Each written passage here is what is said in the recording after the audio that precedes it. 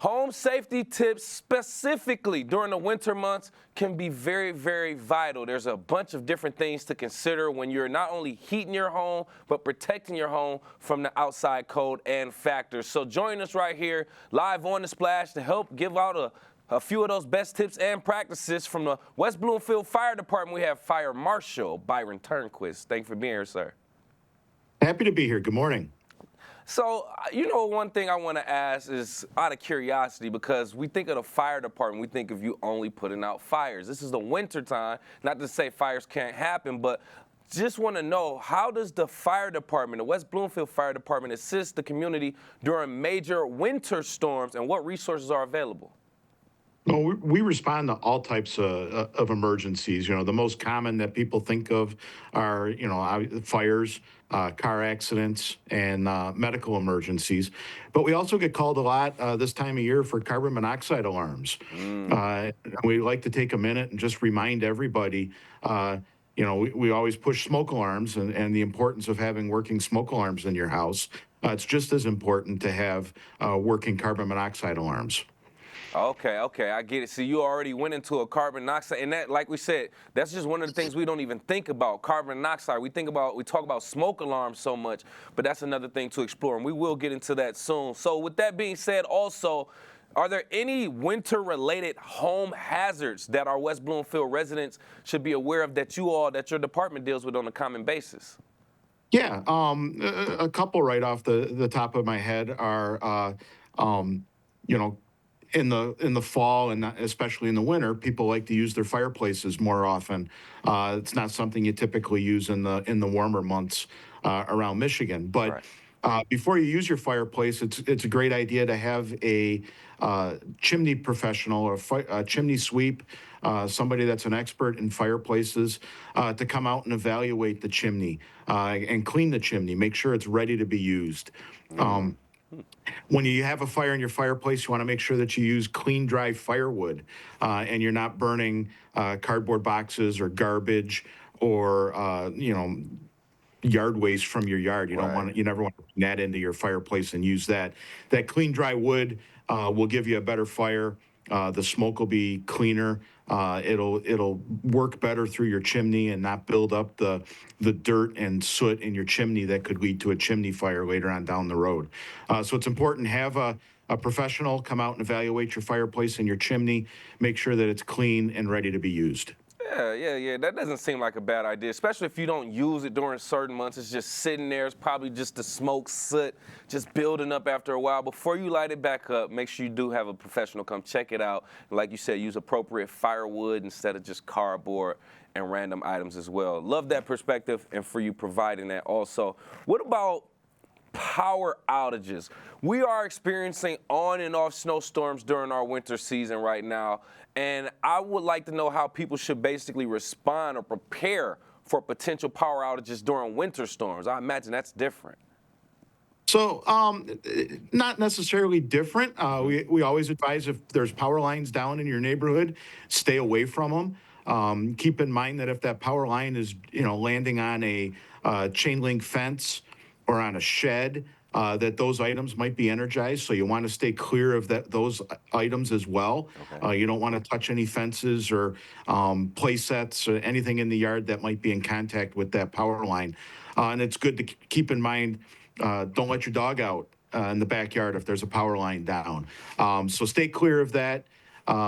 It's good to prepare for the event of a power outage. If you have a generator, make sure that you've got fuel and it's ready to go. And if you use that generator, be sure to keep that generator at least 10 feet away from your house. Keep it away from any doors or windows.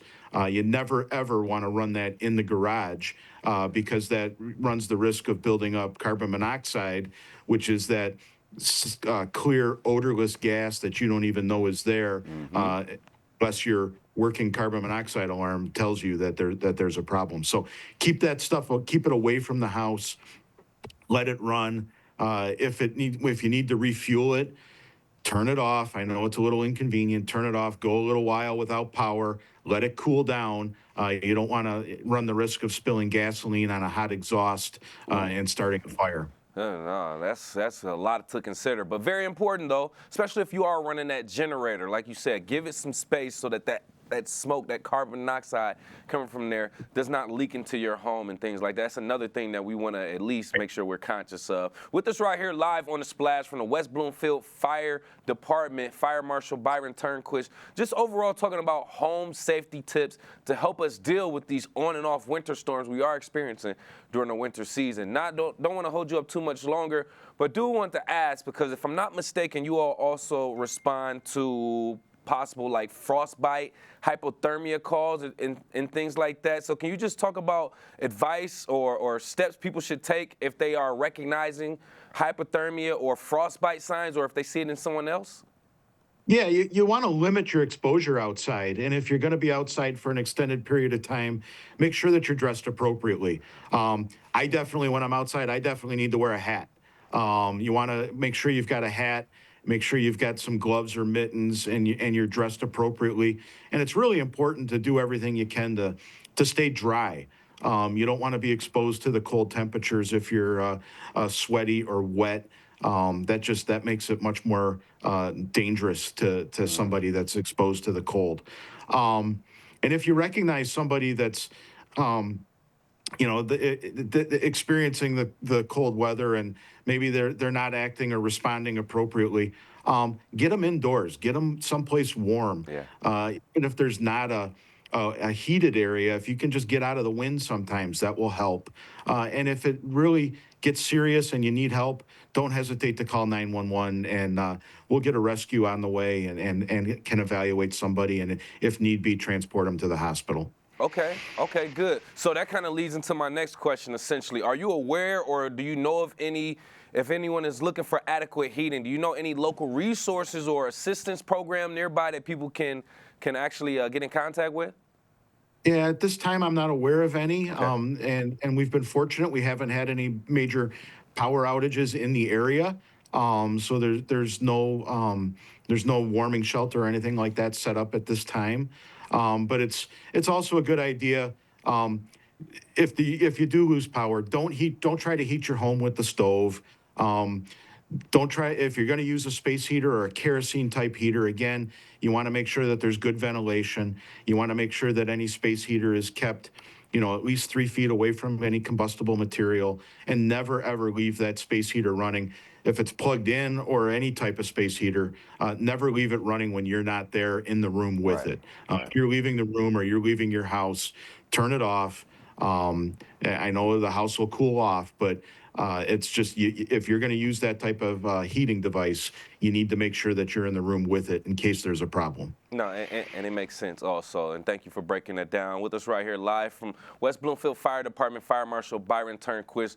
Thank you so much for your time. Do want to inquire, we did just recently have a house fire in West Bloomfield that affected the community. I just want to know if there's any updates, messages, or lessons from that situation that you would like to share with the community now.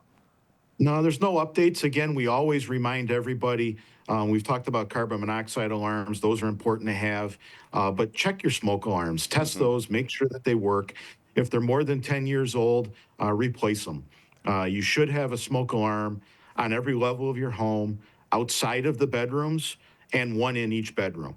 And you want to make sure that those work. Those are designed to give you that early notification in the event of a fire that gives you as much time as possible to safely exit your home.